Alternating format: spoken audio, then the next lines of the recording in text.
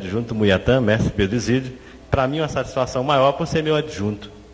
E a pergunta que a gente tem sempre feito, inicialmente, para todos quanto nos ajuda nesse trabalho, é inicial. A primeira, salve Deus, mestre Pedro Isídio. Salve Deus. Como é que foi que o senhor encontrou, qual foi o primeiro contato que levou o senhor a vir ao Vale do Amanhecer, a conhecer o Vale? Foi através de um casal amigo, que na época eu tinha um carrinho e eles me pediram, o que você faz com esse carro, assim, assim? Eu falei, não, roda à toa, não, vamos em tal lugar, assim, assim. Aí eu digo, vamos, topei-me de cara. Aí viemos um dia, isso foi mais ou menos em junho de 1970. Eu sei que nós viemos aqui um dia à noite, uma quinta-feira, e essa estrada terrível, ruim que era, Deus me livre. Mas a gente chegou aqui e não demos muita sorte não, que não tinha nenhum trabalho. Eles ainda tentaram a falar com tia Neiva, mas tia Neiva também não pôde atendê-los. Então a gente voltou sem participar de nada, sem ver praticamente nada, somente o templozinho que estava começando ainda, não estava terminado ainda o templo de madeira, ainda estava faltando algumas coisas.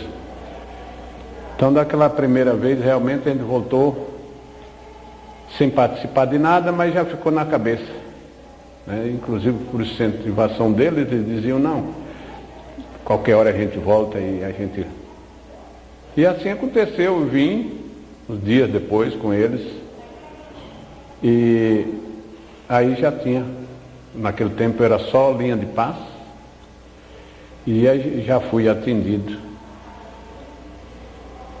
na linha de paz, recebi os passos e gostei. Gostei e cheguei em casa, eu transmiti para minha esposa, falei, agora descobri o que eu queria.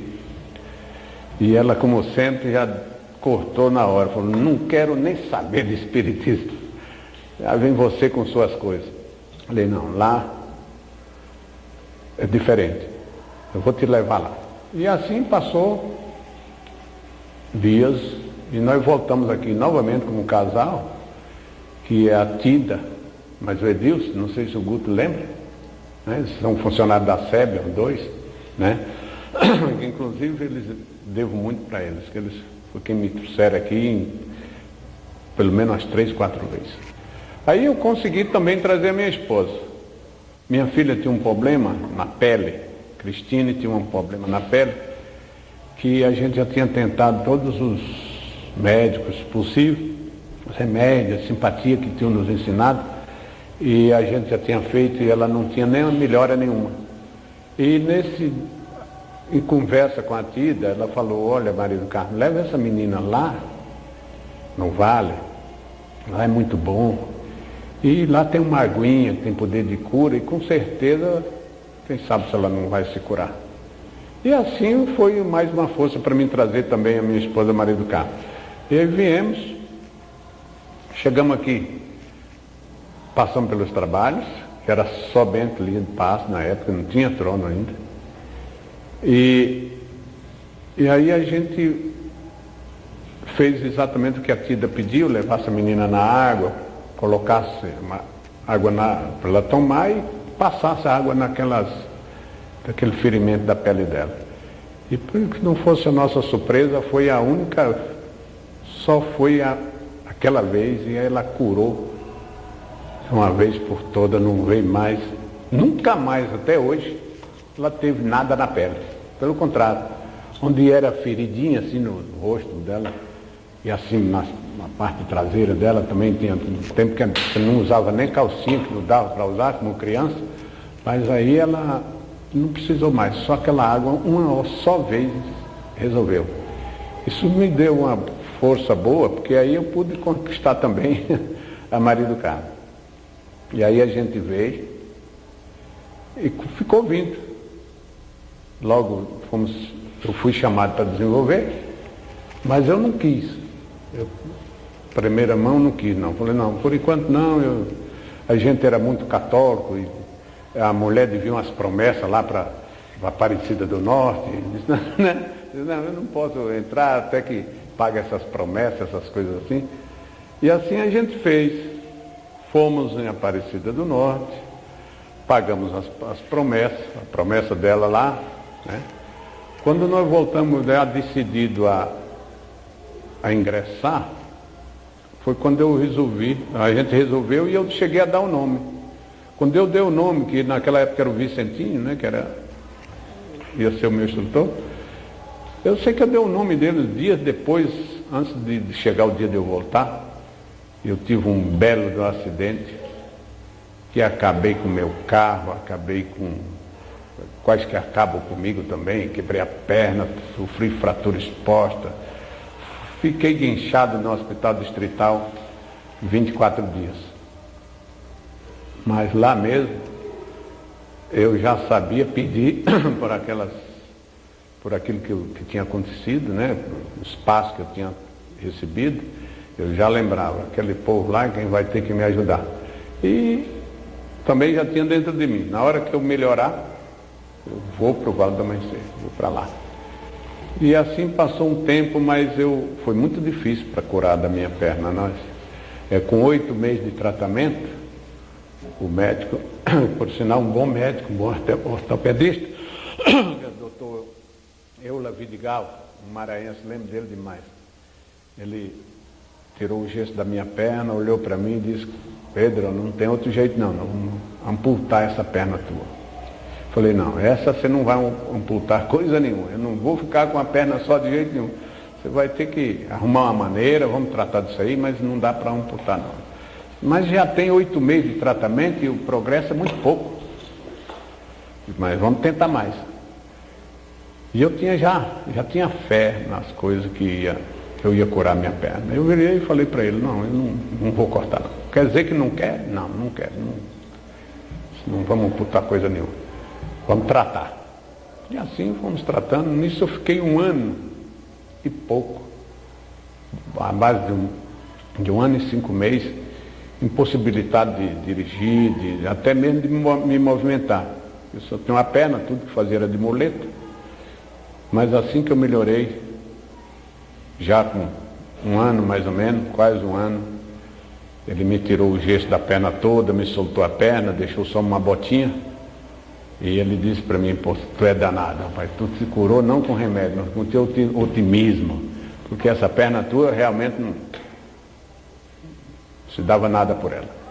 E assim a gente curou, assim que a gente melhorou, foi uma das primeiras coisas que eu fiz. Teimoso como era, naquele tempo o carro que eu tinha acabado com ele tinha sido uma Kombi. Foi a primeira coisa que eu fiz, foi comprar uma Kombi, de enraivado que era, comprei uma Kombi e vim para o Vale do Amanhecer, ainda de gesso, ainda com gesso, né? Quando eu cheguei aqui, aquilo que já vinha se com tanta demora, com tanta dificuldade para curar, foi curado quase que dentro de dias. Foi outra surpresa para ele. Ele disse, rapaz, o que aconteceu? Eu disse, nada, só te falei que nós não ia cortar essa perna, né? Eu não sei andar com a perna só, e a gente brincou, como sempre a gente brinca. Ele disse, realmente é um cara de muita sorte. Aí foi quando a gente começou a desenvolver. Relapsos, como sempre, né? A gente vinha um domingo, ficava 2, 3 sem vir, a mulher uma hora queria, outra hora ela não estava de acordo. E eu fiquei mais ou menos 1 ano tentando me desenvolver, e ela sem decidir, até que quando ela decidiu já estava trabalhando, já doutrinava, E nesse tempo foi exatamente quando o Nestor começou a dar as suas primeiras aulas. Eu tive a honra de receber do Nestor a primeira aula que ele deu para a doutrina. Eu tenho até o folhetinho em casa, ainda está guardado, das aulas que ele nos dava. Aí começou na cura, naquela época, mas aí precisava fazer as coisas na cura, não pôde continuar lá, foi quando mudou todos os trabalhos aqui para baixo, isso já era 74, né, 74, 75, por aí, não lembro. E E aí a gente já desenvolveu com ele lá debaixo de um pezinho de manga, lá embaixo. Nessas alturas aí, minha mulher também já estava fazendo desenvolvimento, num grupinho lá, bem na beira do córrego lá, até com um mestre bacana, rapaz, que eu sempre procuro lembrar o nome dele e não lembro. Ele é de Formosa, um velhinho bacana, muito bacana mesmo. Eu não lembro do nome dele, era o instrutor da minha esposa. E aí um dia minha mulher ficou um tempão para desenvolver. E a gente parada, não trabalhava, esperando por ela, ela não decidia. Um dia ele me chamou, o seu esposo dela, vai junto para ela, quem sabe se ela não consegue. E assim fizemos. Eu fui para o grupo dela e imediatamente ela incorporou.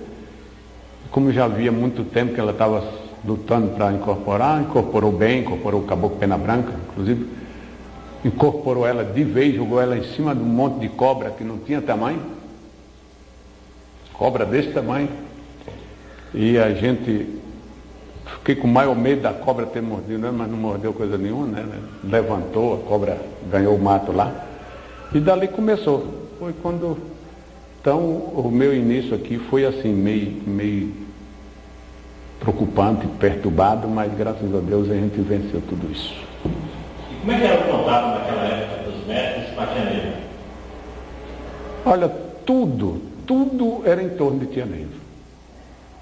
Eu sempre, ainda hoje eu digo, para mim tem sido muito difícil que nós, nos médios da minha época, da nossa época, e para trás também, e até muito para frente, tudo era tia Neiva. Tudo era em torno de tia Neiva. Era para iniciar, era para tomar um passo, era para fazer uma viagem, era para falar, era tudo.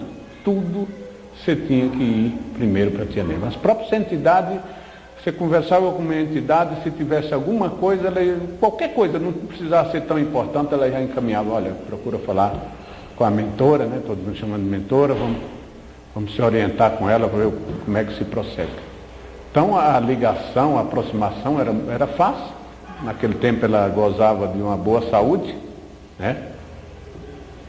De uma boa saúde, ela tinha tempo para todos nós. A primeira iniciação? Eu não participei da primeira, eu participei a minha primeira iniciação. Eu não tenho a marca, acredito que eu não sou relaxado. Mas eu sei que lembro que nem hoje, a gente iniciou, a primeira iniciação que tia Neiva fez, onde hoje é a Cruz do Caminho.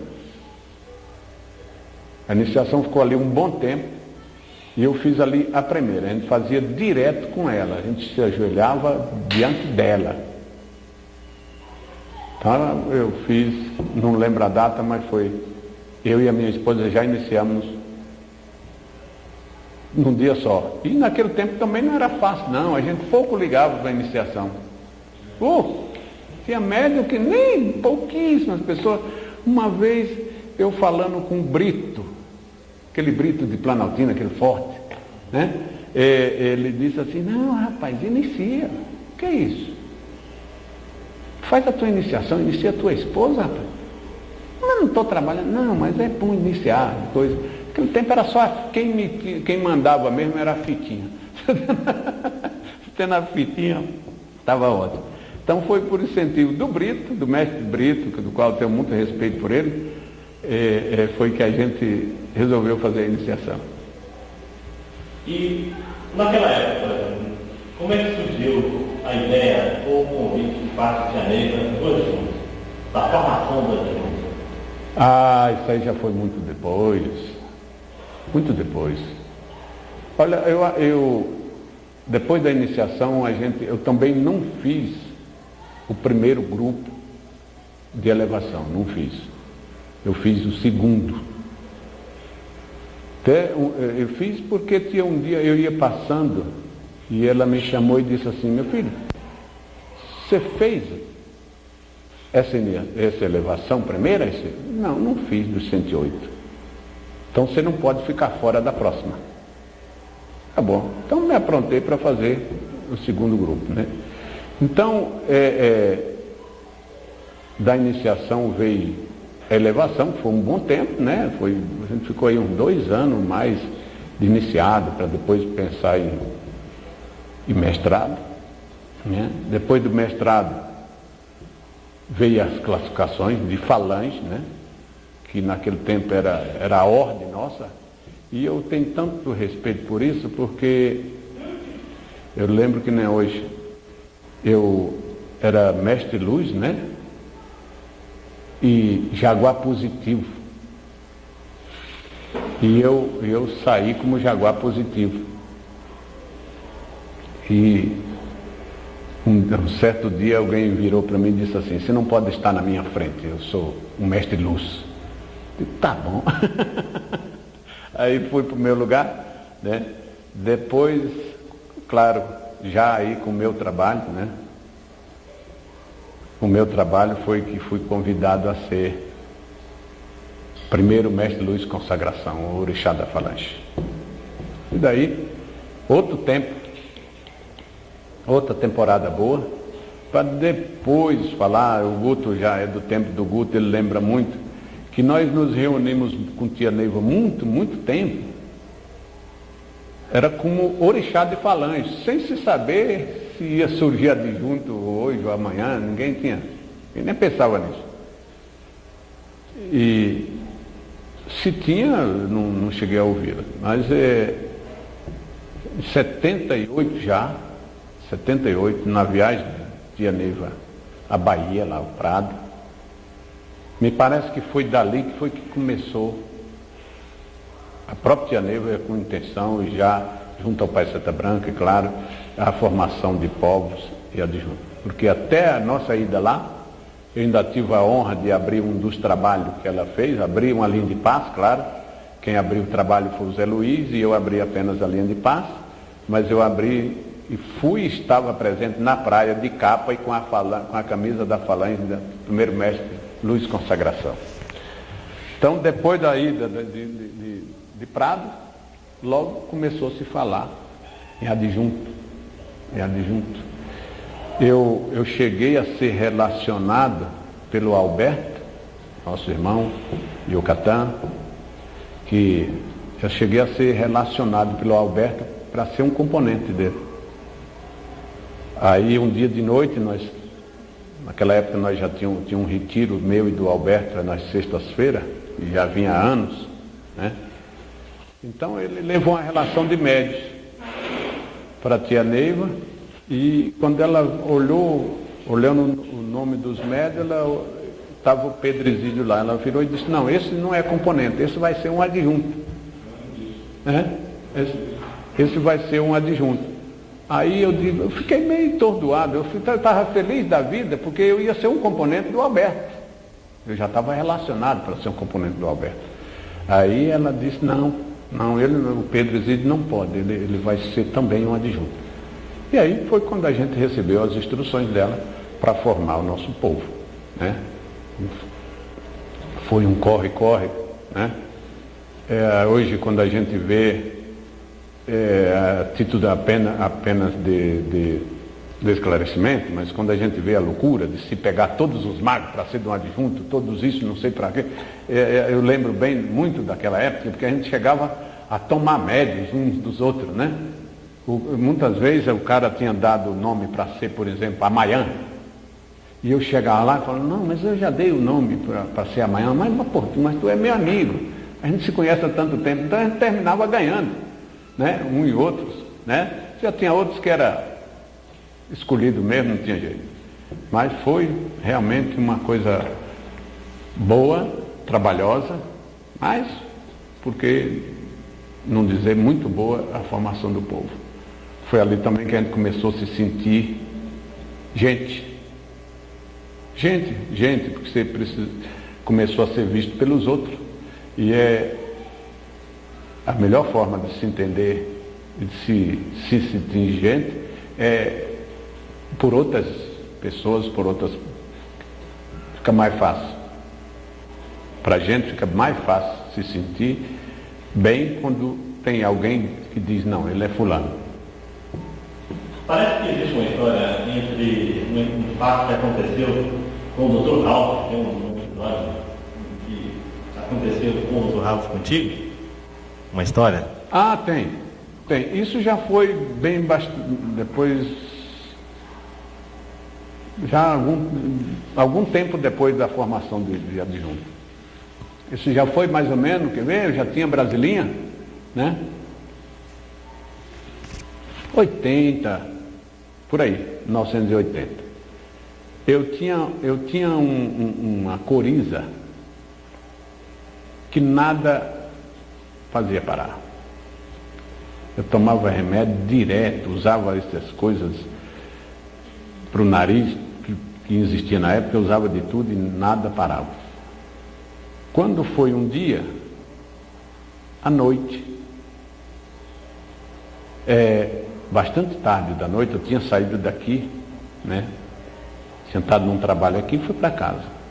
Quando eu chego em casa, isso em torno das 3 horas da manhã, 3h30 da manhã, o telefone toca. Aí eu fui atender o telefone. Quando eu atendi o telefone era o Mário Sassi. Aí ele disse, espera aí que Neiva quer falar contigo. Eu levei um choque, um baita de um choque. Na hora daquela tinha saído daqui, tinha Neiva querer falar comigo. Aí ela falou comigo na maior das alegrias. Falou, meu filho, graças a Deus, olha, Dr. Ralph acabou de passar o remédio para lhe curar. Está aqui, está escrito, você dá um jeito de vir buscar a receita. Naquele tempo ela passava a receita para comprar na farmácia mesmo. Né? Lembra? Inclusive ela passou um remédio para mim que não existe mais, uma injeção por nome Desbi. Eu tomei uma série delas e tomei um iodo, a base de iodo, não sei o que lá. Eu tomei por 2 etapas. Passado e escrito por Dr. Ralph. E aí curou, graças a Deus, curou meu nariz. Segundo ele, eu tinha uma abertura frontal aqui, que o líquido que circula na cabeça descia. Fechou. Acabou.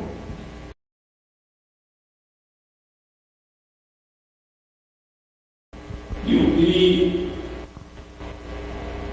desses contatos com o Tia Neiva, na época, por exemplo, assim, como o avião era normal, assim, como é que os adjuntos do senhor, do exemplo, assim, da verdade, como dizer assim, da clarividência da tia, qual era o impacto da clarividência da tia em relação aos senhores daquela época? Já que vinham de outras escolas, alguns eram católicos. Não, sem dúvida. Escolas. Olha, eu sempre tive admiração por a clarividência de Tia Neiva, por fatos que eu cheguei a assistir, alguns lances que eu assisti. Uma vez, ser bem corriqueiro, mas acho que muita gente sabe disso, uma vez uma certa senhora, brigando, teimando com o marido, aí ele vinha para o templo, ele disse assim, tu já vai para onde está aquela capivara velha, né? Eu conheço bem as pessoas. E aí eu mostrei por aqui, trabalhou, foi embora. Dias depois veio o casal. Passando perto de Tia Neiva, ela estirou a mão e disse, você não vai falar com a capivara? Entendeu? Então isso marcou muito, né? Eu contava, fatos assim marcantes, que cada vez mais envolvia. E eu acho que muita coisa que hoje tem pouco, desculpa, mas o respeito daquela época era diferente. O que Tia Neiva falava para nós era lei. Era lei. Olha, tem o nosso amigo que eu posso citá-lo com todo respeito. Nós tínhamos um cabo empetulante, chamava Alberto. Ele teimava com tia, 2, mas na terceira vez ele baixava a cabeça, não era gordo? Hoje pode gritar aí no ouvido da gente, 1 ano. Naquele tempo não, a gente acatava mesmo. Na formação dos adjuntos nós fomos proibidos de sair do Distrito Federal. Nenhum mestre adjunto podia sair do Distrito Federal sem autorização por escrito de Tia Neiva. Todos acatou, menos um. Perdeu o povo. Não lembra, né? Não vou dar o nome para não, fora de ética. Então a gente acatava mesmo. Acatava mesmo. Que tia dizia, olha, eu estou vendo isso. Uma das coisas que me fascinava era os desdobramentos de tia. Que ela fazia sempre na nossa presença, de alguns médios, não era de sala cheia não, era de alguns. Aquilo, além do desdobramento que ela fazia, do que ela nos comprovava com a sua clarividência. A minha esposa, por exemplo, passou por isso. Ela vivia doente, o médico não descobria, era uma coisa, era outra, era uma coisa, era outra. Aí eu fui falar com tia, ela disse, não, hoje não. Tá bom, tia. Então, aí ela viu que eu fiquei desmontado, ela mandou voltar e falou, manda operar a sua mulher das trompas, é o que ela tem. Vai no Gama, procura, acho que o Guto conheceu, procura uma doutora, como é que é o nome dela? Eliana. Procura a doutora Eliana no hospital do Gama, que ela vai certo na doença de sua mulher. E assim nós fizemos, fomos no Gama, chegamos lá, ela fez todos os exames, exatamente, tinha que tirar uma trompa. Então era coisa, não tinha por onde duvidar não, era para valer, realmente sabia das coisas.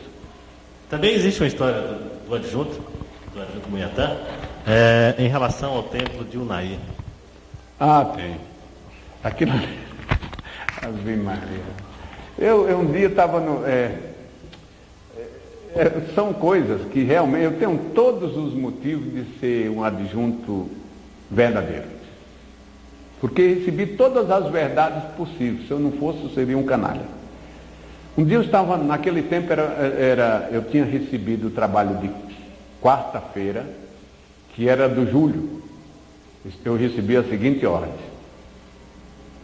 fica perto do Júlio, abre na frente dele e deixa ele falar pouco. E assim eu já vinha fazendo há algum tempo.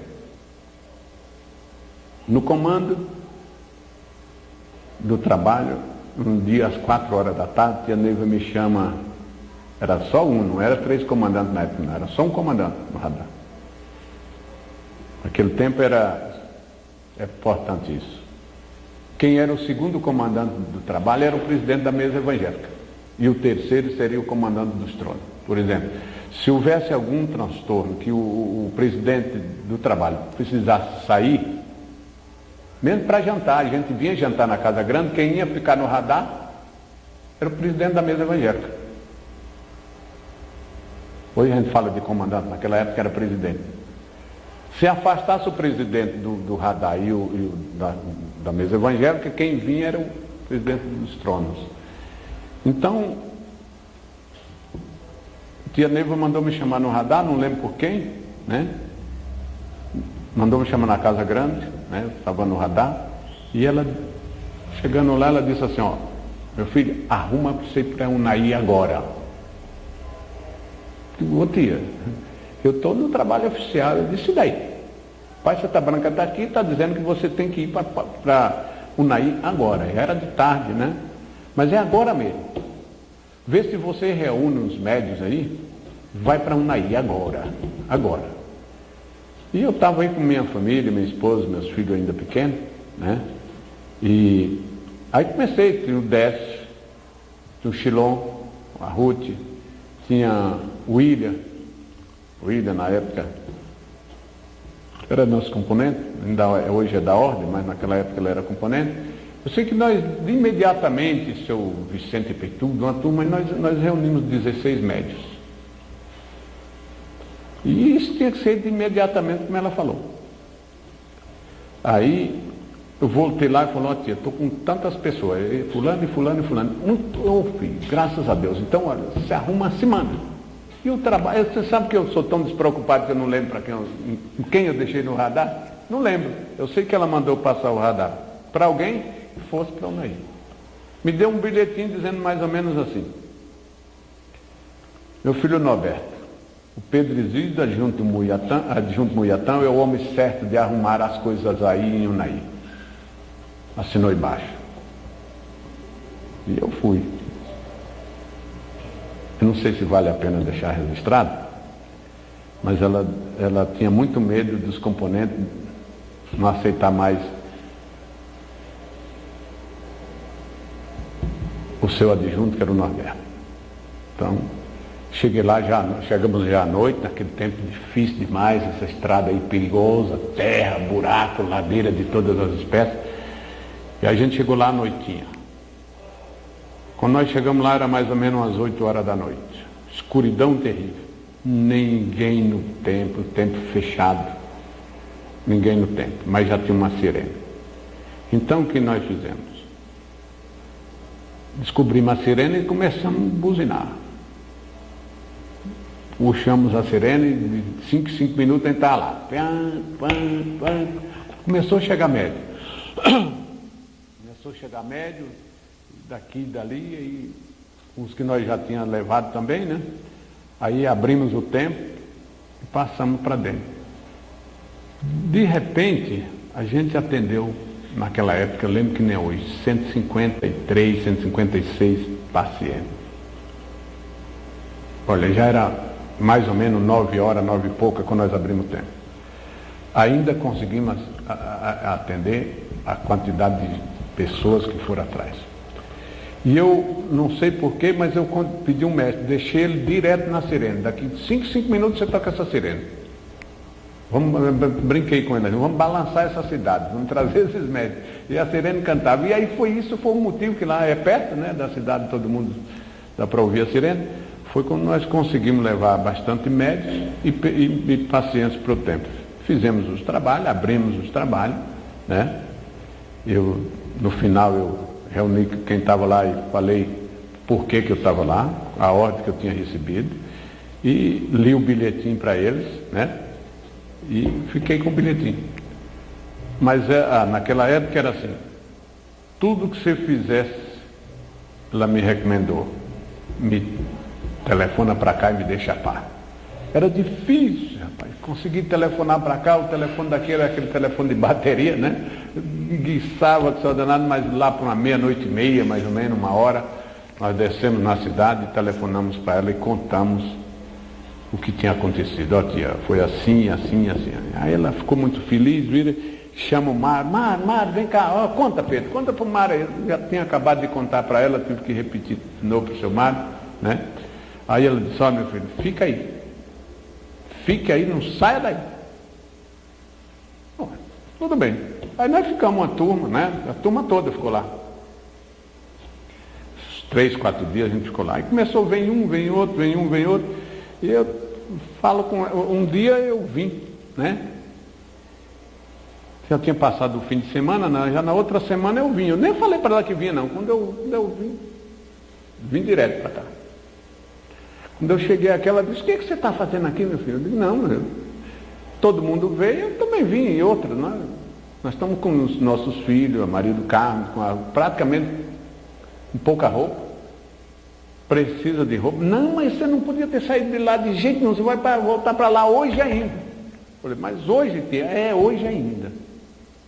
E assim a gente arrumou essa correria toda, corremos no tempo, no Guará, nossa casa, apanhamos o que precisava lá, e tinha uma coisa que tia não abria mão. Nós temos tido muita baixa, como ela dizia. Eu sempre digo, não sei se eu estou certo, mas eu tenho confiança que sim. Um acidente como houve o do primeiro mago, Marcelo, né? É Marcelo? Não é Marcelo não, era Anselmo, isso. Um acidente daquele com tia viva não acontecia. Porque ela via, cara. Ela via, de certeza ela via. Então, naquele tempo, não saía nenhuma missão que não fosse da Casa Grande. Nós morávamos, como moramos até hoje, no Guará, e ela não deixava eu sair do Guará. Olha, só o tempo que a gente perdia, porque saindo do Guará direto em Unaí, em vez de chegar aqui, você já está de Padef para frente há muito tempo, mas ela não abria a mão, tinha que sair daqui e falar com ela a hora que saía e a hora que chegava. E assim a gente fez. Ela disse, volta, meu filho, volta para lá. E a gente conseguiu ficar 16 dias lá. Só fugi nessa horinha que quando chegamos aqui, ela fez voltar em cima da bucha. Com todo esse trabalho lá, nós conseguimos ajudar o templo, conseguimos ajudar com certeza as pessoas, as coisas mudou. Nosso irmão e amigo Norberto pôde assumir o templo dele com tranquilidade, que ainda hoje está aí. E o pagamento que eu tive disso, tudo, fui ficar sem uma Belina zerada que eu tinha, a Belina 2, e o emprego da Nova Cap com 22 anos, com 17 anos de chefia. Foi o que ela fez questão, isso deverá estar gravado nas coisas dela, que as reuniões dela sempre era gravada e escrita. Ela chamou a turma, todos nós estávamos na sala, e falou: olha o pagamento do Pedro. Pela grande missão desempenhada no Iunaí, foi perder o emprego. Agora o homem está sem emprego. Quando eu vi, estava sem emprego. 22 anos. Não é possível. Não se preocupe não, que o pai Santa Branca vai lhe ajudar, vai lhe arrumar outro. E arrumou. Arrumou dizendo, inclusive, esse você vai aposentar. E hoje eu estou aposentado naquele emprego que ele me deu. E como é que surgiu a história do Brasilinha? Como é que foi que o senhor foi? Brasilinha foi como uma recompensa. Brasilinha ia ser para o adjunto Camuti.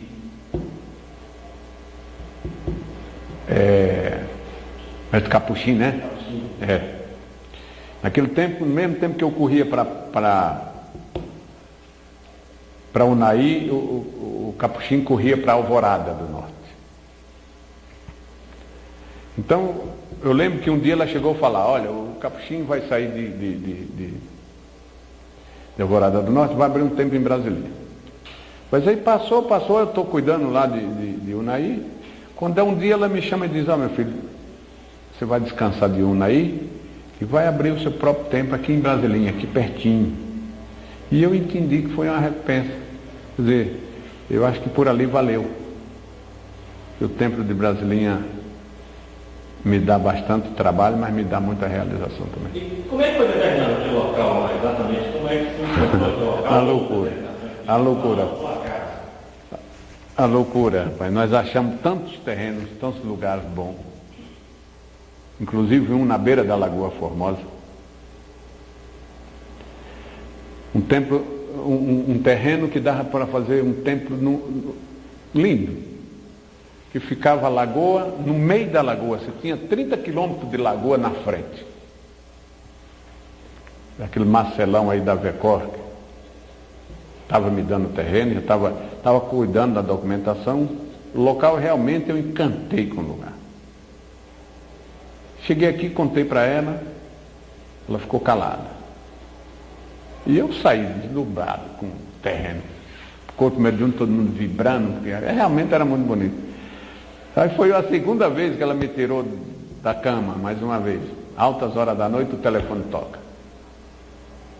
Aí ela fez eu vir aqui. Mário Sassi está aí, ainda está vivo, pode ver isso. Ela fez vir aqui. Era mais ou menos 4 horas da manhã, quando ela telefonou, meu filho, venha aqui, agora. Eu digo, pelo amor de Deus. Não, venha, filho. Aí eu peguei o carro, cheguei aqui, o dia estava quase clareando, ela estava acordada, ela, o Mário e algumas pessoas. Eu vinha com o maior medo, não sabia nada do que poderia estar acontecendo. Ela vira para mim e diz: não, meu filho, tá bom. Tia, oi, eu cheguei. Tá bom, filho, tá bom, senta aí. Aí o Mário, já estourado, dizia assim: fala, Neiva, fala logo o que você tem de falar. O rapaz, tira o rapaz da cama. Ela disse: não, filho, não é nada não, só queria lhe pedir uma coisa, não dispensa aquele terreno. O que, tia? Não, dispensa, não queira nem saber mais daquele terreno, não. Tia, pelo amor de Deus, o homem já está fazendo a documentação, o homem já está tudo pronto, já tudo no nome de Muiatã da Amanhecer. Como é que... Não, filho, não queira não. Pode deixar que seu lugar vai aparecer. E aí a gente conseguiu, ficou Alguém arrumava o terreno, ia para lá, vem para cá, ia olhar, tia, não é isso não. Se preocupe não, na hora que encontrar o seu mesmo, o lugar, você vai saber. E assim, um dia nós estávamos num trabalho lá, o médico falou, olha, tem um lugarzinho assim, um lote, o rapaz vende, quem sabe se não servir para vocês. E eu fui lá olhar, né? Chegamos lá, gostei de cara. Então, como a gente gostou, ali mesmo nós levamos um caminhão de médicos, né? Lá mesmo nós já abrimos uma linha de passe. Foi uma força tão bonita, rapaz, que a gente não esquece nunca. E ali já ficou mais ou menos registrado, mas dependia dela. Quando nós voltamos aqui, ela moteava, tem um lugar assim. Ele disse, aí, meu filho, o lugar é esse. E é aquele lugar que nós estamos até hoje. Tem até uma historinha lá.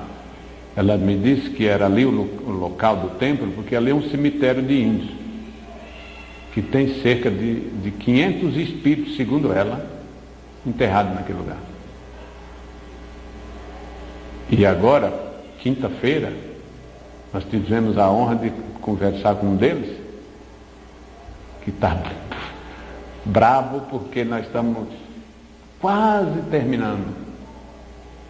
Ele é um dos últimos que ainda se encontra por lá. Os outros, segundo ele mesmo, incorporado no nosso padrinho Luiz, disse que nós conseguimos tirar um a um, já está no fim, mas que ele não vai sair.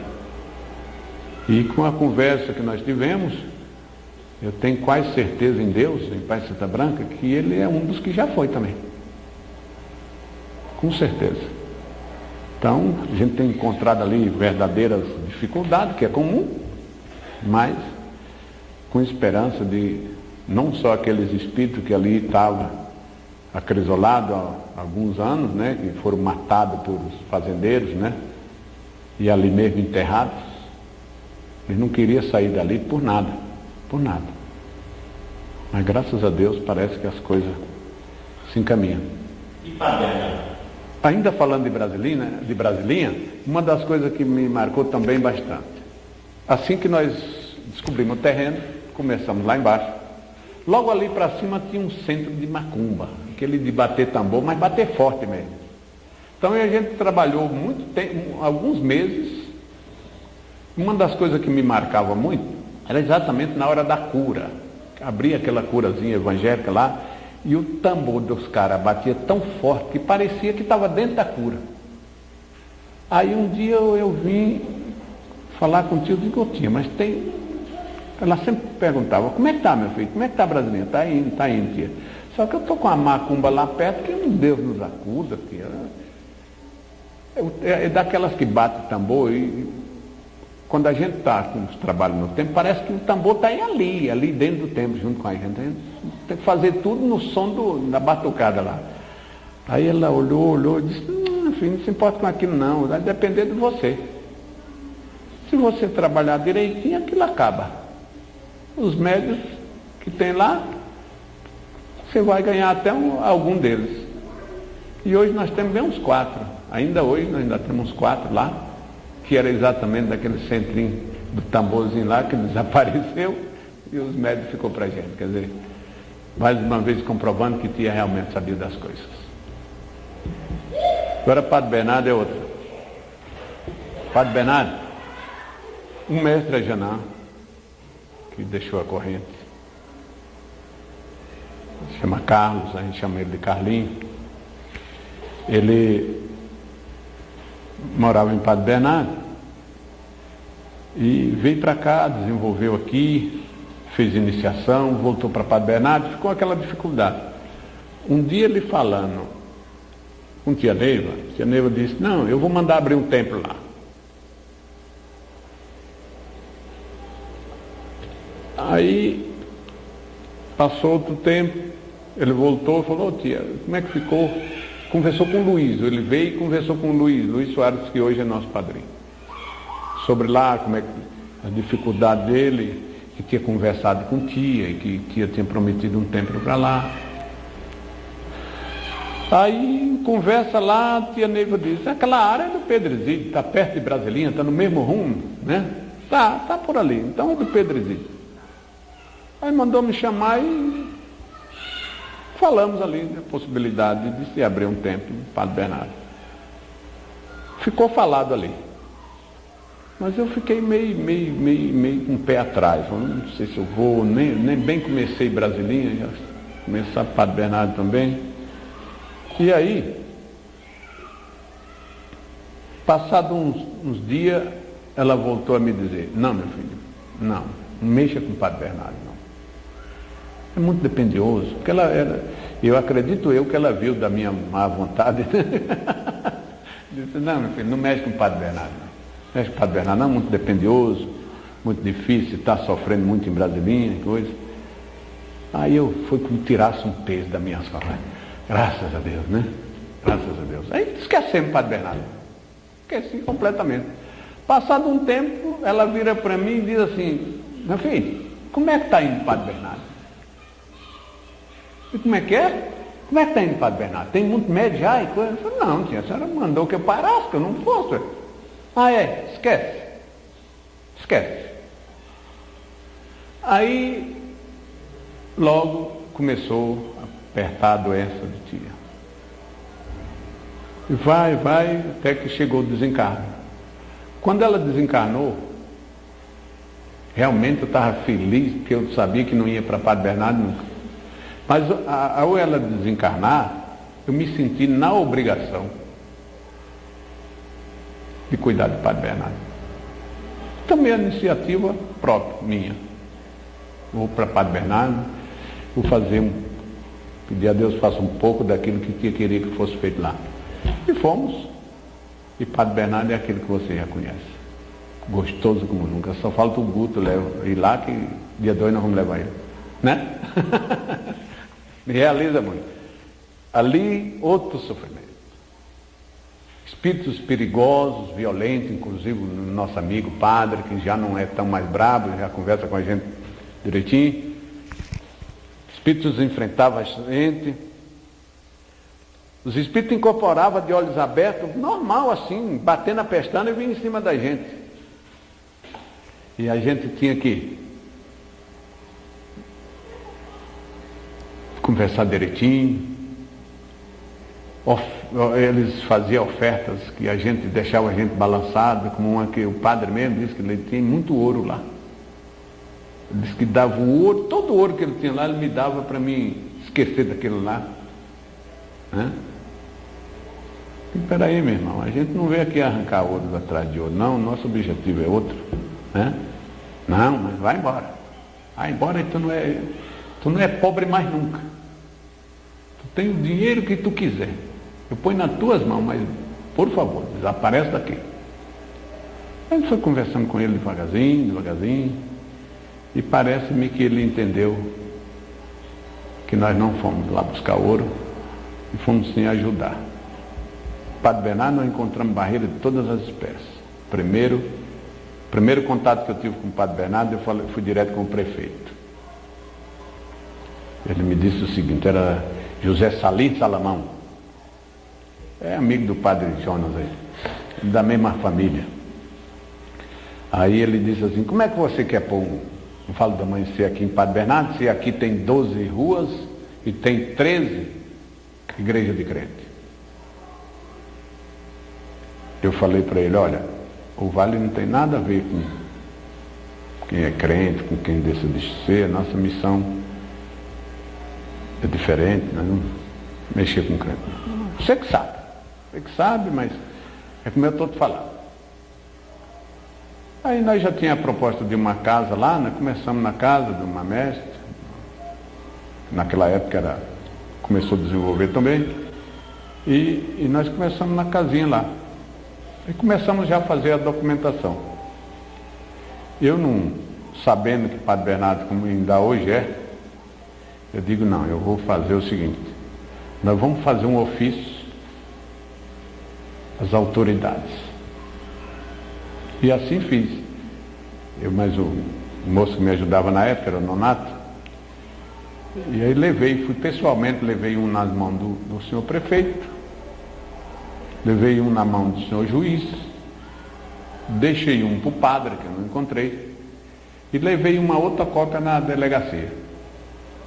Somente na delegacia, o senhor delegado sabia mais ou menos o trabalho de tia Neiva, gostou da ideia. Não, inclusive, olha, quem sabe se até eu não vou participar, porque eu gosto, eu respeito muito o trabalho de dona Neiva, e quem sabe se eu não vou ajudar. E me deu aquele apoio, quer dizer, eu pus uma outra cópia, eu pus num quadrinho e pendurei lá na porta, para que se alguém chegasse, todas as que eu entregava eu pedi um visto, que eu ainda tenho isso até hoje. Então, com aquela cópia com o visto do senhor delegado, do senhor prefeito, com o representante do padre lá, só não conseguiu o aval do senhor juiz. O senhor juiz de direito do padre Bernardo, naquele tempo era o presidente de todas as igrejas lá, quer dizer, ele era o homem forte. Então, chegou lá, ele me enfrentou terrivelmente. Eu fui obrigado a falar para ele, depois de mais ou menos uma hora de conversa, eu e ele, eu nonato, eu falei para ele, não, senhor, o doutor não precisa ficar preocupado. O Vale do Amanhecer não vai atrapalhar o seu trabalho, pelo contrário. A nossa missão é exatamente criar condições para que o senhor e outros sejam realmente crentes. Por que você me diz isso? Porque nós vamos fazer o trabalho mais pesado. Nós vamos fazer o trabalho mais pesado. As pessoas realmente não conseguem ser realmente crentes porque eles se deixam se levar por coisas que muitas vezes desconhecem. E esse é o trabalho do Vale do Amanhecer. Nós vamos entrar, vamos tirar as pedras maiores do caminho e com certeza as pessoas realmente vão ser crentes, verdadeiramente crentes nessa cidade. E ele me deu um aval assim muito de leve, ficou de assinar o nosso papel lá e nunca assinou. Morreu e não assinou o danado, morreu há pouco tempo. Mas também não mexeu com nós. E um fato marcante que eu não posso deixar de registrar isso, foi a pressão dos crentes.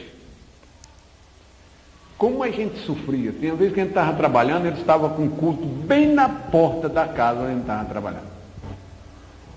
E um certo dia, isso já depois, eu já tinha o terreno, né? Já tinha o terreno definitivo, que é onde hoje é o templo. Nós começamos ali. Quando nós já estávamos com as paredes mais ou menos levantadas, desceu um ônibus cheio de gente, e segundo os médios lá, tinha 11 outros carros de gente, era muita gente, era cerca de 150 pessoas para frente. Então eles pegaram, fizeram um círculo de mãos dadas em torno do templo, né? E fizeram lá o trabalho deles, segundo eles, para espantar o demônio do Vale do Amanhecer. Aí me telefonaram, todo mundo apavorado.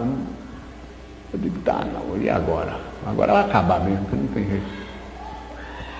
Aí eu fui lá, dias depois eu fui lá, cheguei lá, estava todo mundo apavorado. Rapaz, olha, fizeram aqui, o menino quis agir, mas não, eles eram muitos. Não, fizeram bem, deixa para lá. Mas eles fizeram aqui, berraram aí pra caramba, os caras falando, que estavam expulsando o demônio do Vale do Amanhecer. Aí eu fiz até uma brincadeira, eu falei, uai rapaz, então tá fácil. Já que eles expulsaram o demônio, ficou mais fácil para nós. Então meter a cara, vamos construir esse templo, vamos mostrar para eles que o demônio realmente foi embora. E foi exatamente o que a gente aconteceu. A gente virou a coisa e o templo está lá. Nós pegamos o negativo e transformamos em positivo. Não foi?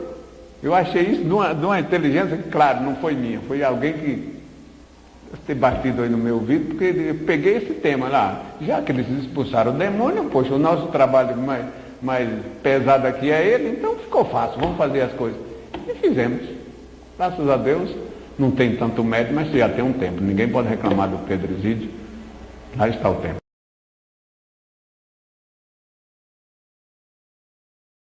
E hoje, como é que é o relacionamento? Como é que a cidade vê o templo, os crentes, né? Uma cidade, sim, na verdade, são os crentes. Como é que continua hoje? Não é mais como era.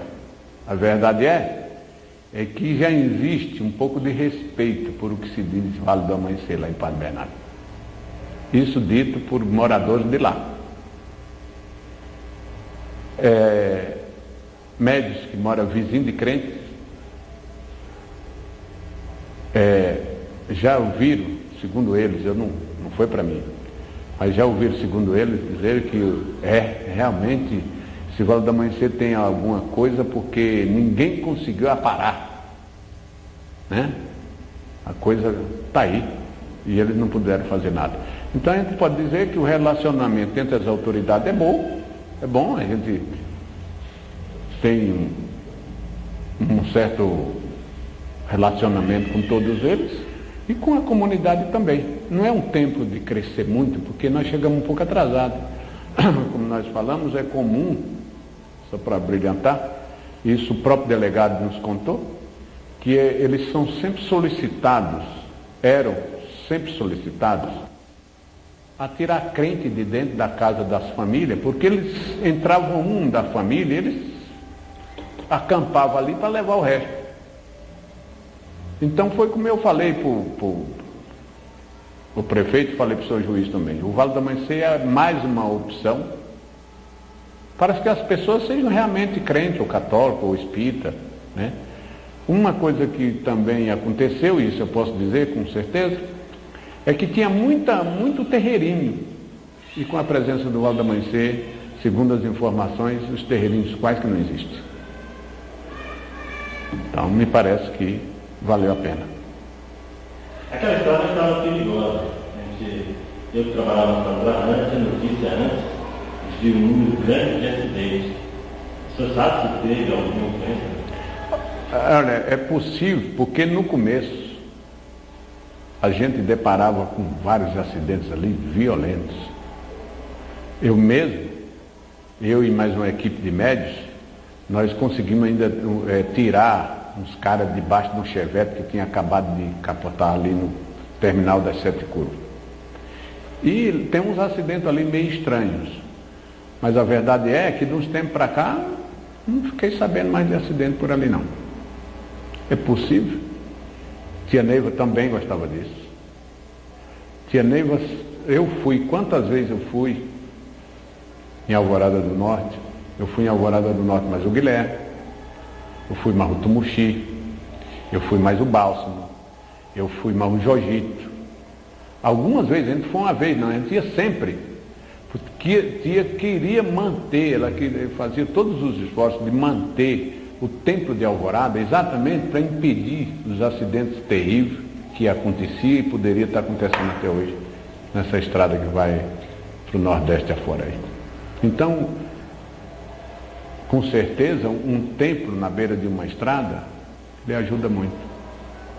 Como o Templo Mãe ajudava Brasília. Não sei se eu estou corretamente certo em dizer ajudava, mas nós lembramos muito.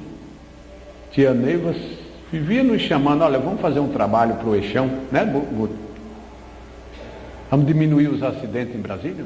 Essa pista de Taguatinga, de Sobradinha, até entrar por Vale aqui, isso ali era um matadouro. Ali morria gente e a loucura. Lembro que um dia nos reuniu e disse, meus filhos, vamos acabar, vamos tirar os espíritos que estão causando esses acidentes ali. E acabou. Hoje muita coisa pode ser feita, mas precisa que alguém tome a iniciativa. A missão nossa, inclusive, ela citava muito isso. Por isso é que o Vale do Amanhecer é colocado atrás do Palácio da Alvorada.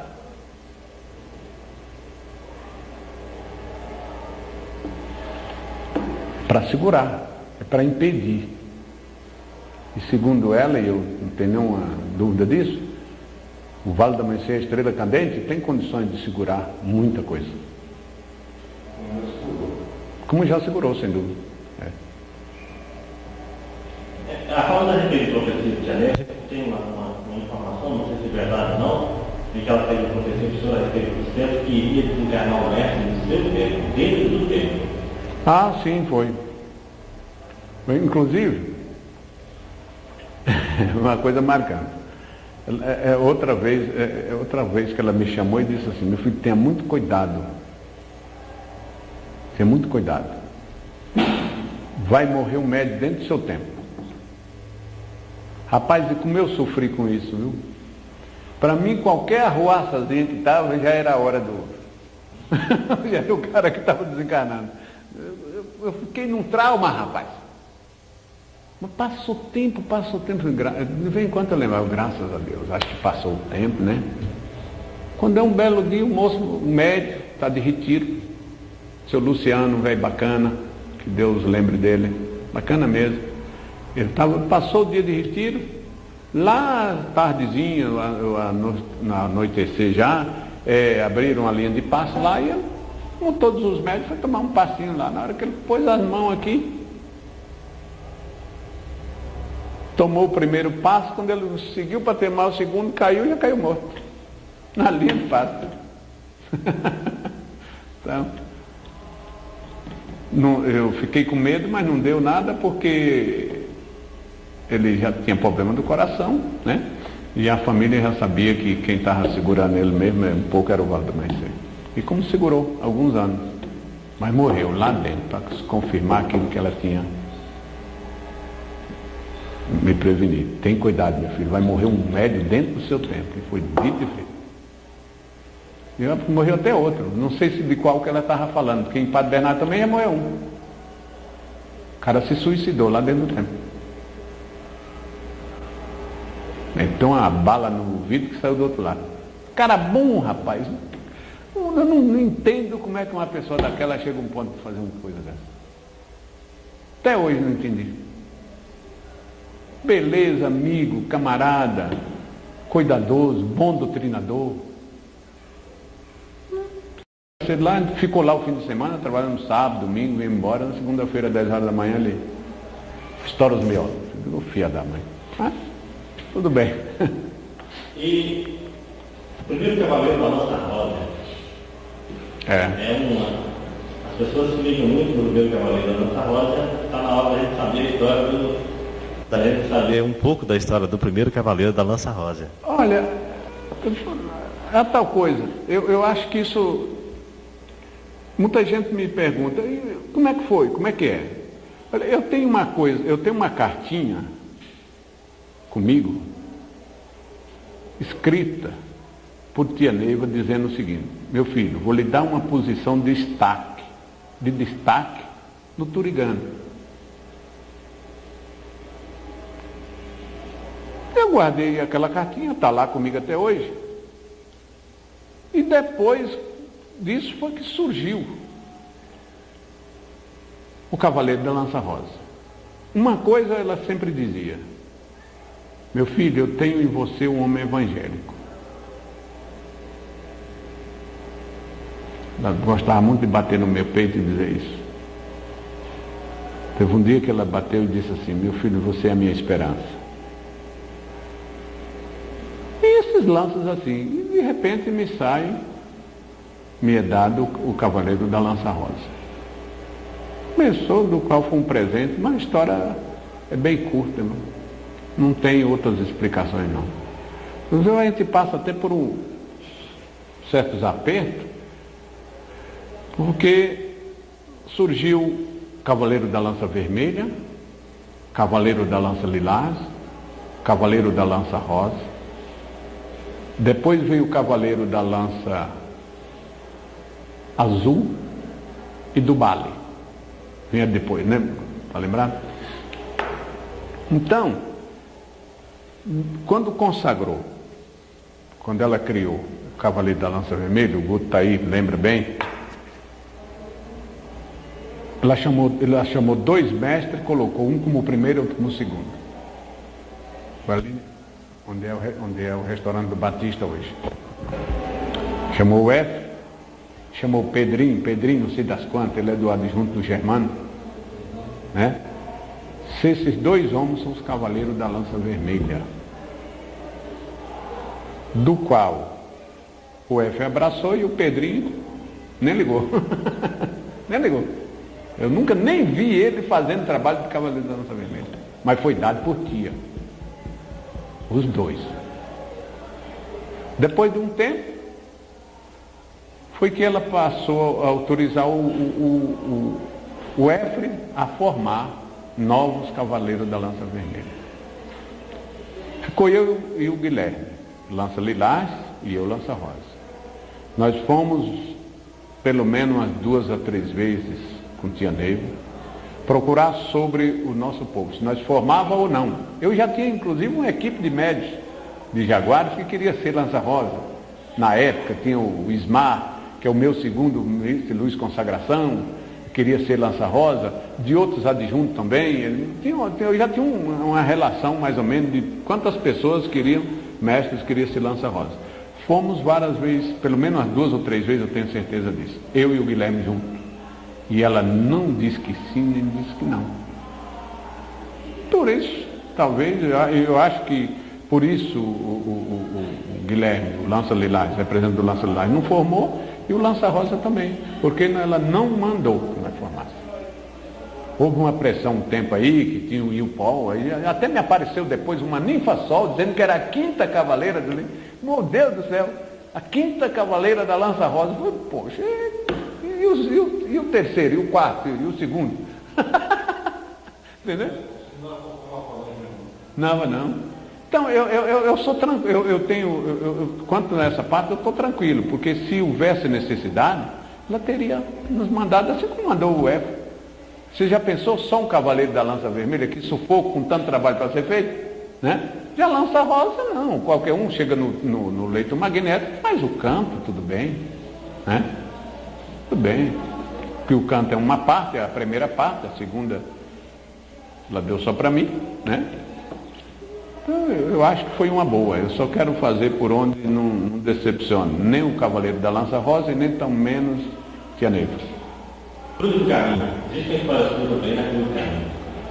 Olha, rapaz, essa história existe, está escrita, mas depois já apareceu outras histórias, eu não sei mais até onde a gente pode ir.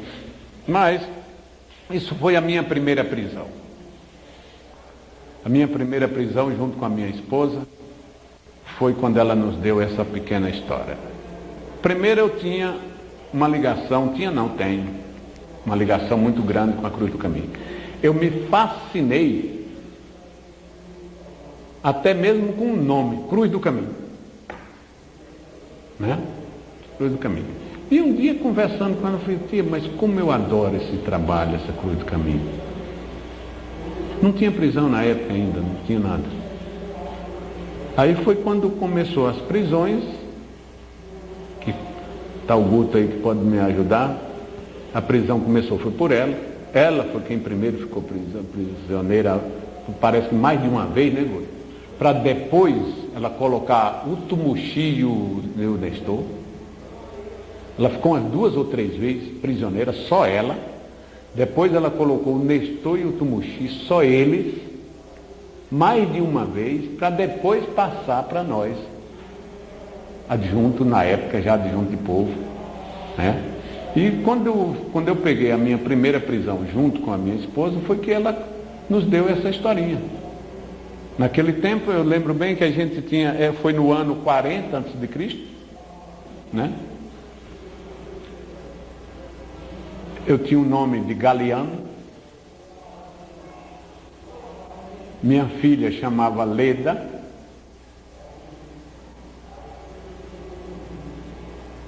Eu não lembro o nome do que era da... Eu sei que mais ou menos o seguinte, nós estávamos juntos, eu, a Maria do Carmo, Cristina e Fábio, nós estamos juntos por várias vezes. Naquela época nós já estávamos juntos. Então,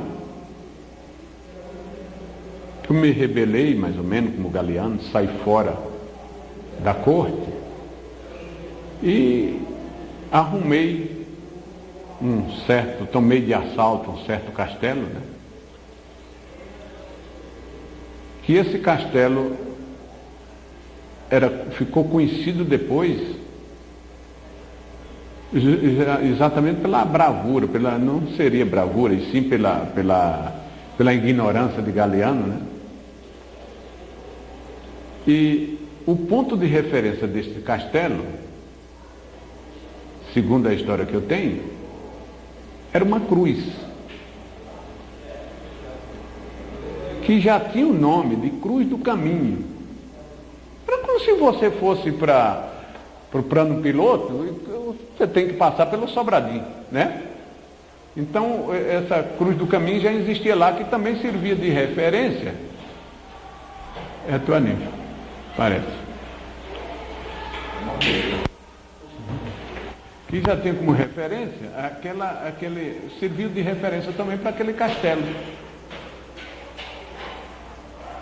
Então, a ligação exatamente do que havia entre o castelo e a Cruz do Caminho, eu não lembro bem.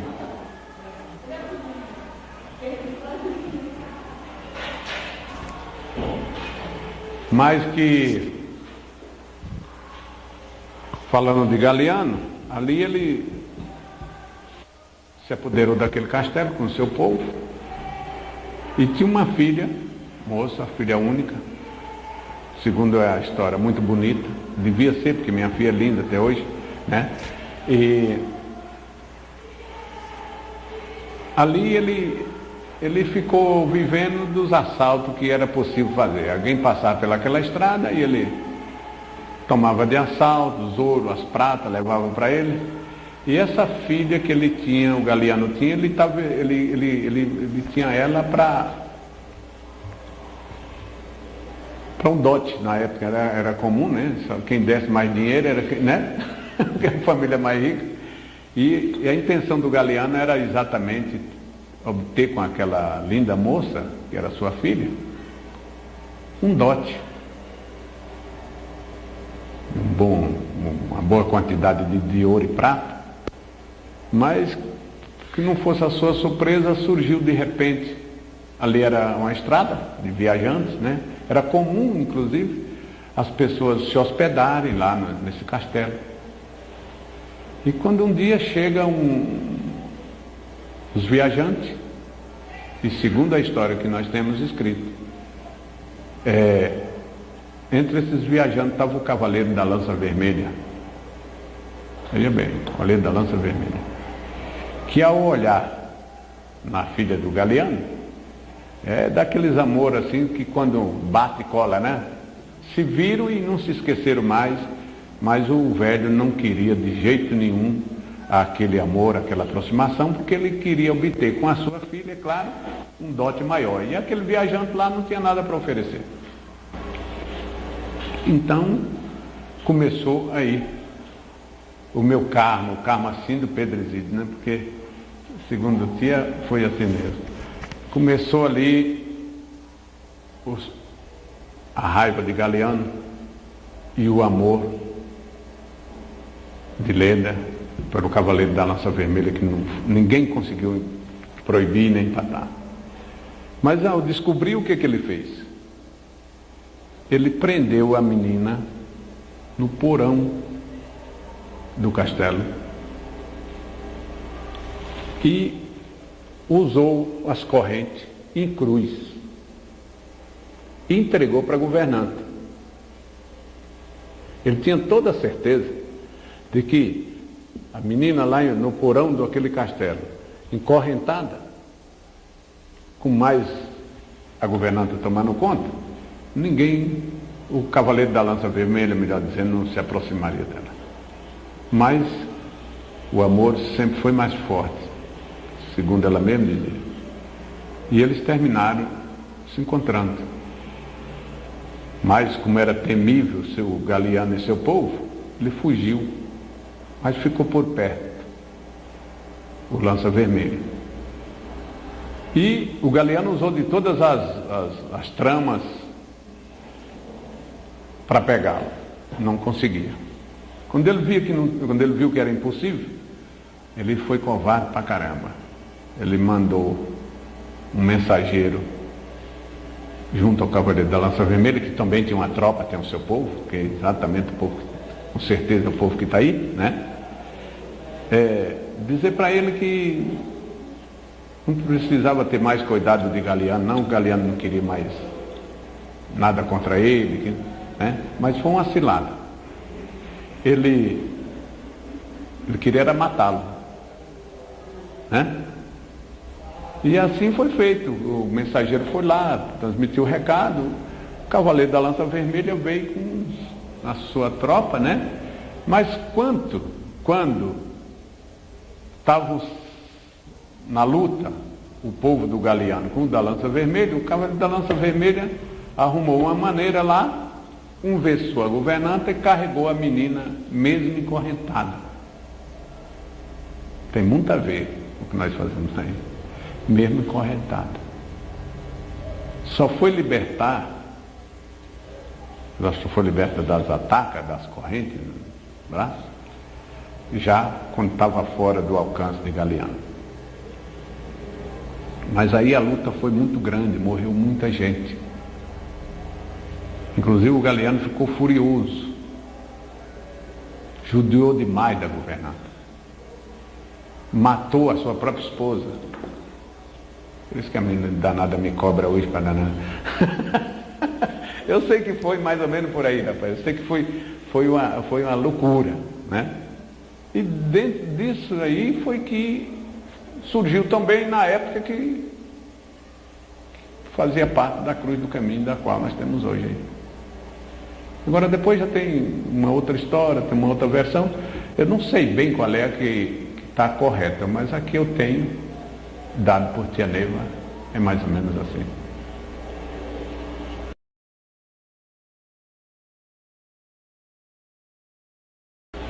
O adjunto Goiatã é um adjunto, assim, na própria formação do povo, um pouco diferente do que o senhor tem. Componentes no Templo Mãe, parece que a maioria são no Templo Mãe, tem Brasilinha e tem Padre Bernardo. Então são três situações e três raízes diferentes. Então a primeira pergunta que eu faço ao senhor é a seguinte: o que é o povo Muiatã para o senhor? Quem é esse povo? O que ele representa para o senhor?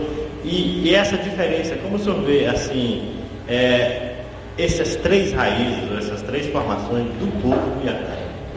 Olha, primeiro,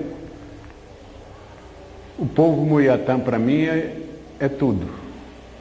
Eu talvez, com certeza, não vou encontrar palavra para descrevê-los, como realmente eu sinto. E quanto está essa separação, é uma coisa também que me chamou bastante atenção, porque já teve oportunidade, eu já fiz isso por mim mesmo, de vez em quando eu faço. Uma vez eu digo assim: hoje eu vou em Padre Bernardo, vou em Brasilinha, vou conversar com o povo de Padre Bernardo, vou conversar com o povo de Brasilinha, vou fazer a reunião das 4 horas lá no Templo Mãe. E assim eu fiz. Fui em Brasilinha, dei a aula evangélica até às 10 horas,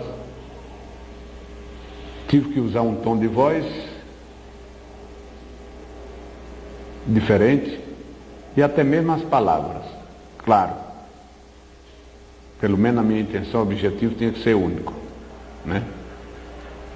E assim eu fiz em Padre Bernardo. Voltei para Brasilinha, uma reunião em Brasilinha. Fiz a reunião em Brasilinha. Também já tive que mudar um pouquinho entre Padre Bernardo e Brasilinha.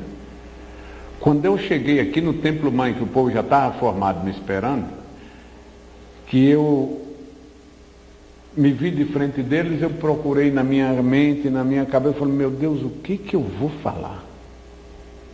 O que eu tenho para dizer agora? Como é que fica? E comecei conversando, e eu tenho certeza que naquele dia não sou de dar grandes aulas, mas aquela foi uma das melhores que eu dei até hoje. Quer dizer, eu consegui fazer 3 trabalhos que eu considerei para mim, eu testando a mim mesmo, 3 trabalhos bons, com 3 povos completamente um diferente de outro. Que em Padre Bernardo você tem que descer lá bem mais para baixo, né?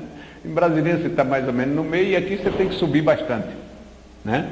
E isso foi possível. Então o que mais me segura nisso foi o que eu ouvi de tia, que hoje não se usa. Tia Neiva dizia sempre, viu? Ela dizia sempre isso aqui: não vejo como sobreviver um adjunto no templo de povo sem um templo externo. Isso deve estar gravado, escrito em algum lugar por aí. Por quê? Porque hoje no Templo Mãe nós somos iniciáticos. Somos iniciáticos. Tudo nosso hoje é iniciáticos. Nos templos externos nós somos nativos, nós somos evangélicos. Então, o adjunto de povo vai precisar da força nativa do templo externo, quanto o templo externo vai precisar da força iniciática. Então é um trabalho em perfeita harmonia, pela sua própria necessidade das forças iniciáticas e também a presença das forças nativas. Ela só tirava desse rolo o Guilherme. Sempre ela tirou o Guilherme, menos o Guilherme. Guilherme é do Templo Mãe. Ela ainda dizia, mas Pai Santa Branca está aqui dizendo que o Guilherme é do Templo Mãe. Agora, naquela época, ela aconselhava que todos os adjuntos de povo tivessem um templo externo. De repente, uma coisa que me marcou muito. Tinha Alberto em Santa Teresa, tinha o Caldeira e o Naí, junto com o Norberto. De repente a Neiva recolhe. Alberto volta para o Templo Mãe e não vai mais em Santa Teresa. Tira o Caldeira de Unaí, recolhe o Caldeira do Unaí para o Templo Mãe e imediatamente manda o Pedro Isidro para lá. Eu falei, essa minha mãe gosta muito de mim, né? Uma fogueira dessa ela me joga. Aí eu não entendi, ué. Aí ela começou a falar, lugar de adjunto de povo, adjunto do Templo Mãe é no Templo Mãe. Mas eu entendi, espero eu que eu tenha entendido. Primeiro, isso não é nenhum desmerecimento de nosso não, mas era a verdade. O adjunto xodó de Tia Neiva era o Alberto. Não era, Guto? Ela amava e respeitava e queria, claro, todos nós. Mas o Alberto, ela tinha um cuidado todo especial. Eu pessoalmente fui na casa do Alberto várias vezes, mandado por Tia Neiva saber o que estava acontecendo com ele. Nós tínhamos um retiro, como já falei, na sexta-feira. No retiro que o Alberto não aparecia, ela mandava me chamar, vai na casa do Alberto hoje, saber o que foi, me telefone para dizer o que foi. Eu fui 4, 5, não sei quantas vezes na casa do Alberto. E o caba sempre dando dele, deixa para lá, tá tudo bem, sei que lá, danado.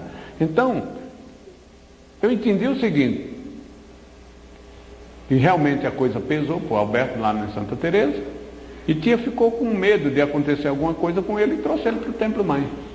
Com Caldeira também, porque não é possível, porque ela tira os dois e me empurra para Unaí, assim com ordem por escrito, né? O adjunto Muiatã, mestre Pedro Isidro, é a pessoa certa de consertar o Unaí. Se tinha saído de lá o Caldeira, que é, sem dúvida, o segundo adjunto da época. Então, eu entendi que ela foi mãe 2 vezes. Como sempre, porque ela, vendo do que ia, da decepção que poderia ocorrer com os dois, trouxe de volta para casa. E ela tinha certeza também que eu ia me sair bem em Unaí, e foi realmente quando eu me senti mestre. Eu devo muito no Unaí, eu não vou esquecer disso nunca. Foi o Unaí que me fez o médico que eu sou hoje. Com certeza. Com todos os sofrimentos, com toda a loucura que eu tive que fazer, né? Sacrifiquei a minha vida, a vida dos meus filhos, o meu emprego, a saúde, sacrifiquei tudo, mas segundo o Pai Santa Branca, incorporado em Tia Neiva, eu superei a espiritualidade, a própria espiritualidade, ou seja, o que aconteceu em Unaí, eles não esperavam que acontecesse com a minha presença lá, superou, foi além do que eles esperavam. Então, eu só posso ficar com a primeira, que é bom para o adjunto de povo do Templo Mãe ter também a força nativa.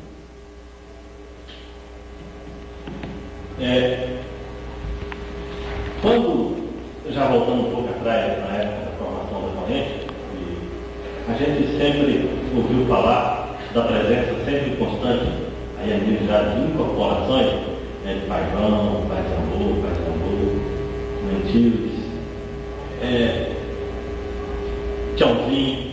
No entanto, hoje não se fala muito nessas entidades, assim, o que o senhor nos fala da época que o senhor começou, principalmente aqui, Brasilinha, que é mais antigo, e hoje, com essa situação, há alguma diferença? Olha, para mim há, honestamente há. Eu sou médio dessa corrente da época que quando o Pai João incorporava, eu como doutrinador tinha que ficar de pé.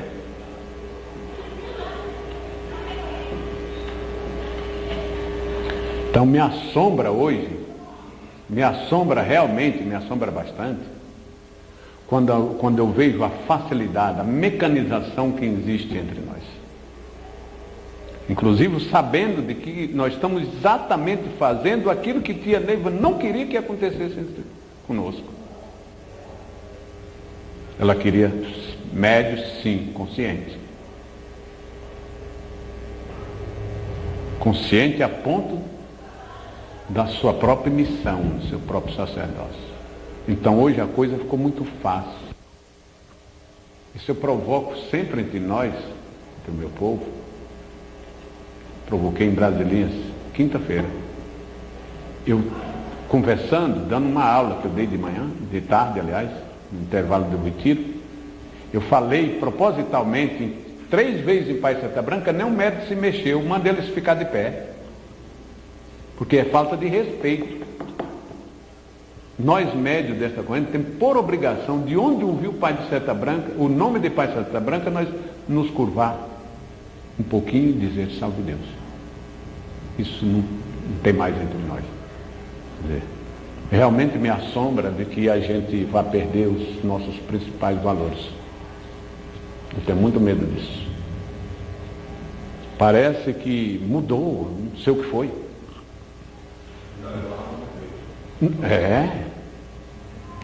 Mantilde, Mãe Yara, essas entidades, Ave Maria.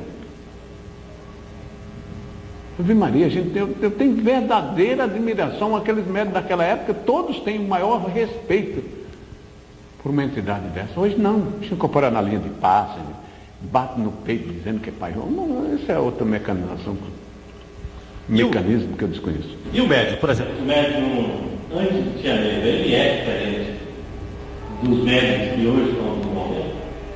Assim, não diferente na qualidade, mas na formação, na maneira do próprio desenvolvimento. Olha, isso, Gilmar, honestamente, pode ser que tenha acontecido uma coisa que eu não acompanhei. Foi a evolução. Pode ser uma evolução, não sou contra não. Mas que é diferente, é. Isso não diminui os de hoje, nem tampouco os de ontem. Mas que existe uma diferença, existe. Existe até nas coisas mais simples possíveis. Existe sim, tem uma diferença muito grande. Porque, a tendência é ficar mais diferente ainda. Também me assombra um pouco. Eu acho que essa diferença não tinha por que existir. Não tem porquê nem para quê. Eu acho que o princípio dessa doutrina é tia Neiva.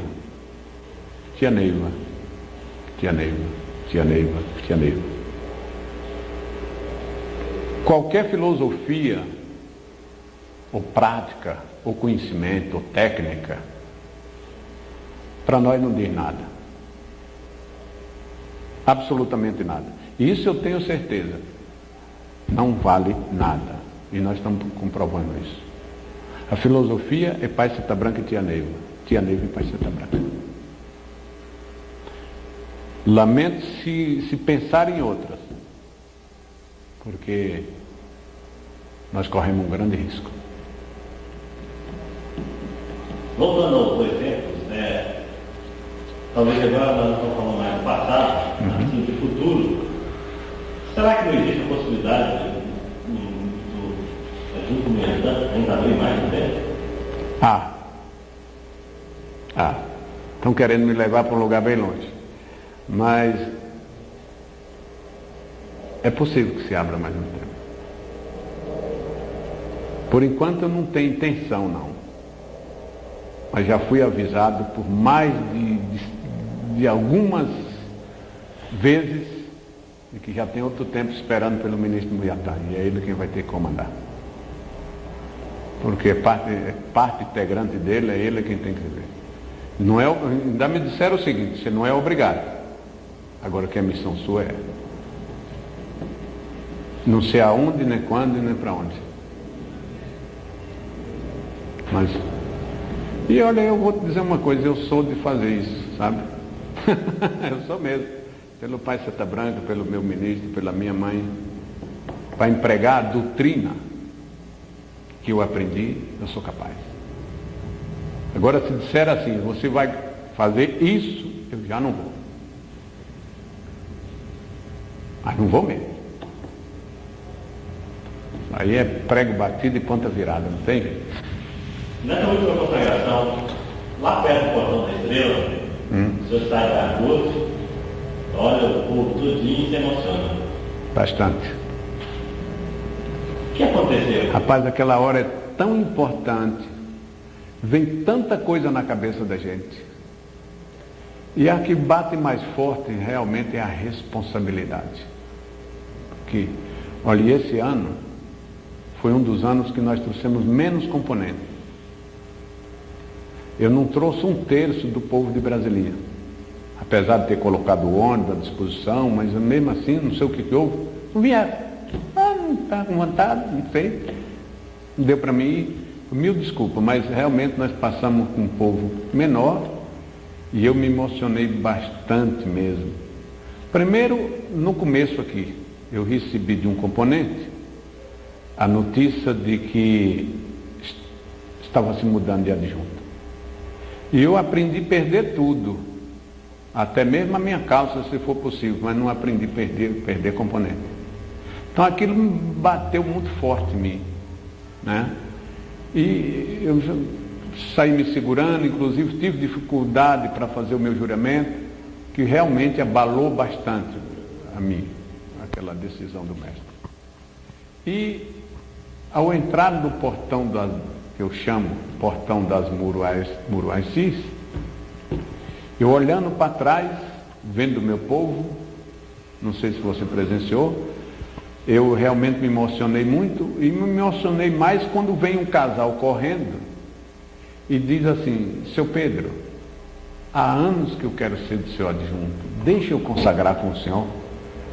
Eu quero ser, eu e minha esposa decidimos, olha, nós deixamos o nosso adjunto lá embaixo, subimos correndo, para não perder essa consagração com o senhor. O senhor nos aceita? E eu digo: olha, meu filho, se for da tua vontade, é da minha. E para que não fosse a minha surpresa, ele estava vindo exatamente do adjunto do qual o meu saiu para ir. Então aquilo ali mexeu bastante comigo. Talvez eu não saiba nem explicar realmente o que eu senti na época, no momento ali, que mexeu bastante comigo. Me veio tudo na cabeça. Bom, um foi para lá e o outro veio para cá. O que está acontecendo? Será que é para ser assim mesmo? Então essas consagrações mexem muito comigo. Só peço a Deus e os homens que se harmonize, que faça as coisas direito, para que nunca na história do mestrado do Jaguar aconteça o que aconteceu o ano passado na consagração de falange do mestrado, que é tão valiosa quanto a do adjunto povo. Um homem deveria ter a coragem de não emitir isso. Eu falo, não sei se já falei para você ouvir, mas o homem só pode abrir o plexo e dizer eu, sétimo raio, se ele consagrar a cintura do mestrado dele. Eu acho que por ali que começa, não? Eu entendo assim. Então, que Deus nos ajude, está marcado para o 2º domingo de dezembro, né? Essa consagração de falange do mestrado. Eu acho da maior importância, eu acho que Deus e Pai Santa Branca e Nossa Senhora Apará, né? Que a recomendação, o Guto conhece, a recomendação dessa consagração, que seja no dia do Nossa Senhora da Conceição, seja 8 de dezembro, se cair no domingo. Se não cair no domingo, que seja no domingo mais próximo do dia 8. É o dia certo de consagrar as falanges do mestrado. Inclusive, tia nos colocava para cada um levar uma rosa, deixar no lago, né? Bonito, que era uma maravilha, uma beleza. De repente, isso vira uma confusão, meu Deus. Mas isso é outro departamento. Bom. Fica aí, esse instante, o senhor, se você quiser, seu povo, para deixar registrado. Eita, rapaz, essa realmente é a hora boa, né? Olha... Deixa eu falar só sobre uma coisa. O mestrado hoje, o corpo mediúnico, os adjuntos, eles dão muito valor à consagração de adjunto que existe todo ano. Mas eu sei que você, assim como eu, é um seguidor fiel do que tia Neiva deixou. Eu também não abro mão do que ela deixou, em hipótese alguma. E dentro do que ela ensinou, você não acha que, pelo que nos foi ensinado, o 1º de maio é a nossa data máxima, é o nosso principal ritual, assim como as unificações? Então, eu te pergunto, você não acha que seria está tendo uma inversão de valores, está tendo uma injustiça com o 1º de maio? Porque a consagração do adjunto, eu concordo até que ela tenha que haver, lógico, mas hoje se dá mais ênfase à consagração do adjunto do que ao 1º de maio. Quando que nós aprendemos que o 1º de maio para-se tudo, para-se todos e se dediquem exclusivamente ao 1º de maio. E na consagração do adjunto vem assim quantidades enormes de médios. Cada um faz questão de trazer o seu povo, seus componentes. E no 1º de maio não há esse interesse. No 1º de maio não existe essa real intenção de cumprir uma coisa determinada por nossa mãe e da importância que o 1º de maio exerce, não só em termos da doutrina, mas em termos mundial. Que ele atinge, o 1º de maio atinge o mundo e prepara as energias para o médio continuar caminhando essa semana, esse ano que se segue. O que você acha disso? Guto, é outra coisa que me assombra bastante. Eu já disse isso para o meu povo. Aquele que não tem coragem de ir do 1º de maio deve ter a humildade de não comparecer na consagração de adjunto. Já falei. Porque realmente não existe. Não existe. Eu acho que o dia 1º de maio é para a eternidade o dia mais importante para o espírito espartano, para o mestre Jaguar, na missão de Jaguar hoje. Eu lamento profundamente de que a direção não se atente para essa finalidade, porque realmente você falou uma coisa importante. Nós corremos o risco de invertir as coisas mais principais, como muitas delas já não existem. E se nós chegarmos ao ponto que chegamos, o risco é maior ainda. O 1º de maio é o dia D para nós. É o dia principal, é o dia em que o médium se anodiza por um ano. Você tem um ano de proteção. A consagração do adjunto, de componente, eu acho que ela é necessária também. Mas é dentro daquilo ali. Aquele que não pôde vir dia 1º de maio, devia não comparecer no dia 10 de outubro ou 11, quando cai o domingo, né? Para se consagrar componente e povo. Eu acho que o 1º de maio para nós é principal.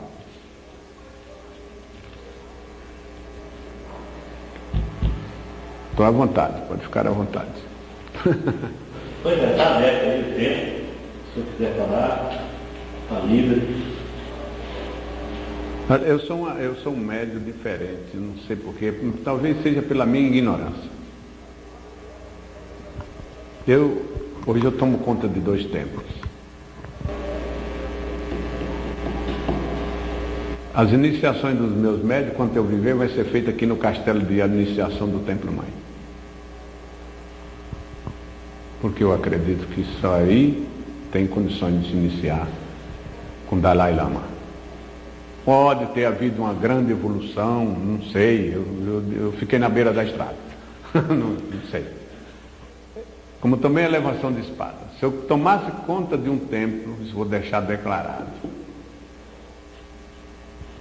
Muito longe, eu desaconselharia os meus médios a vir fazer um mestrado. Está escrito, gravado nesse grande acervo que tem aí. Um médio elevado fora da estrela como o peixe fora d'água. E eu tenho muito medo de matar 2 vezes. Porque você incentiva o médium, depois não tem condições. Vai matar 2 vezes. Eu não faria isso, não. Um tempo externo, talvez vá ter um tempo externo longe daqui. Eles vão receber de mim, se um dia eu vier ter um tempo, para só fazer elevações, aquele médium que pelo menos tem condições de vir à estrela cadente. Quem não tiver, olha, a missão do jaguar, do doutrinador, é a da iniciação das Mushinto. Hoje existe uma preocupação terrível de formar cano, formar isso, formar aquilo, de dar ministros. Isso tem uma missão do doutrinador, rapaz. Eu acho que todos os que aí existem foi realmente trazido pela áurea de cada um, por uma clarividente que sabia das coisas. Acho que nós não precisamos ter nenhuma preocupação em deixar seu fulano, seu Beltrano, seu isso aqui. Essa missão do doutrinador. Se você tem a iniciação da Mushin, está gravado também aí no mestrado. Toda vez, eu fiz várias vezes delas. Consagração com tia Neiva. Para ela consagrar um sétimo, o mestre, ela tinha que ter um adjunto ao lado. Era a classificação que ela mais vibrava com ela, era 7º raio autorizado. O homem, para se tornar um grande missionário nesse planeta, não precisa ser mais do que um 7º raio autorizado, não. Não precisa. Não precisa. Títulos é responsabilidade. Nessa corrente é. Muitas vezes a gente não tem condições de... Né? Não é tanto. Por aí. Mais?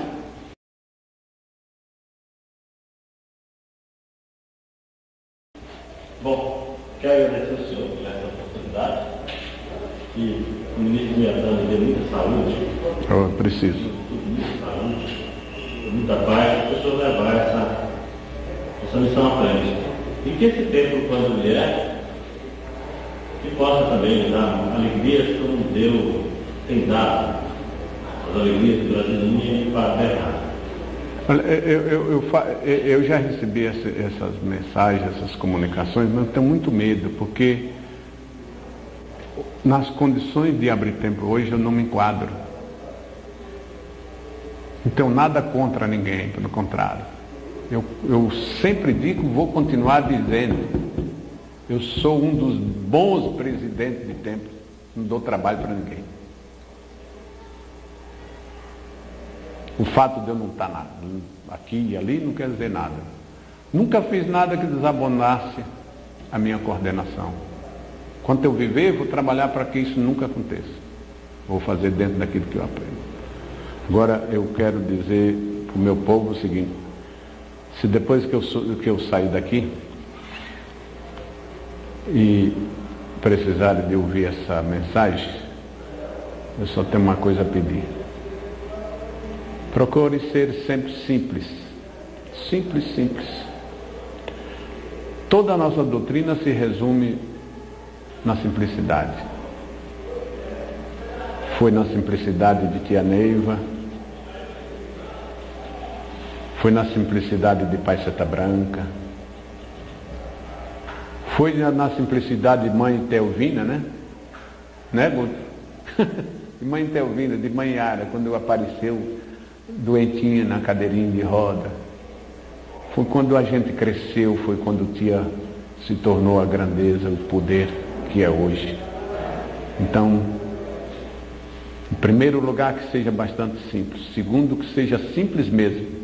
Em terceiro, que sejam verdadeiramente simples. Salve Deus.